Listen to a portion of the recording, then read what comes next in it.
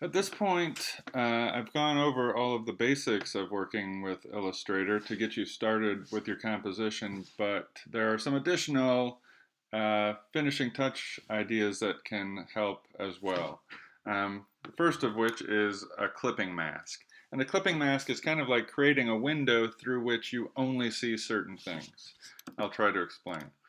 Um, a clipping mask will be made by whichever item is in front. So it's made by a path. It has to be a shape of some kind. Um, and in this case, I've got a circle in front of a gray square. So if I select both of these and go to Object, Clipping Mask, Make, or Command 7, I'll see that only the part of the square is visible that was overlapping the circle. I also have the ability, now I can move, these two things are grouped, so if I move the clipping mask around, both the square and the circle move together. I can select with this white arrow or direct select tool.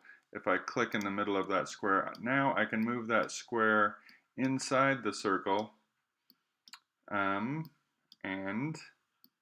it appears to change according to what is visible within that circle. And if I don't like that, I can release the paths. I can go to Object, Clipping Mask, Release, but whichever object was made into a clipping path will now have neither a fill nor a stroke. So it doesn't have, it won't maintain its color, but it will maintain its shape. So if I bring the square in front and make a clipping mask this way, my battery's low.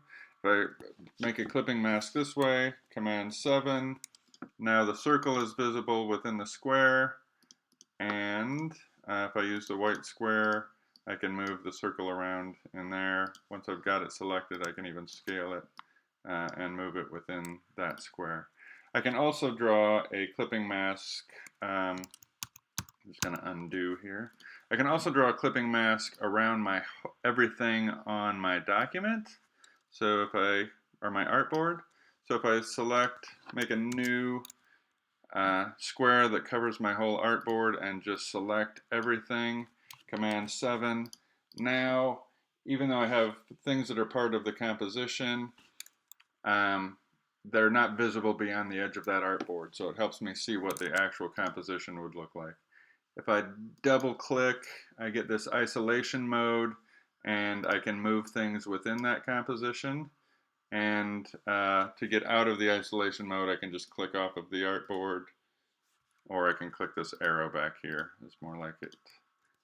But clipping masks, a great way to get images within images and get layered compositions.